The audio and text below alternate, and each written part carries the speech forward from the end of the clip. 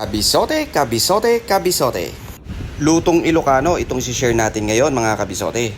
Kung tawagin nila insarabasab. Ang sarap pala i-partner sa kanin nito. Pero masarap din to sa inuming malamig kabisote.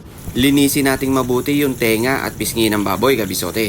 Tapos pakukuluan natin ng 30 to 45 minutes. Nandyan na po sa screen yung mga aromatikong pampalasa na nilagay natin kabisote. Lagyan mo na rin ng pampalasang asin. Habang pinakukuluan yung pisngi at tenga, linisin at lamasin sa asin yung isaw ng baboy. Dahil nakakatulong to pang tanggal ng lansa. Tsaka mo pakuluin at palambutan for 30 minutes kabisote. Kapag malambot na, pwede mo nang ihawin tapos hiwain mo ng bite size lang mga kabisote. Sa isang mixing bowl, pagsamasamahin mo lang yung isaw, pisngi at tenga ng baboy. Lagyan mo ng onion leeks, paminta, timplahan mo ng asin at cane vinegar. Wala kasi akong sukang Iloco kaya cane vinegar yung ginamit ko kabisote.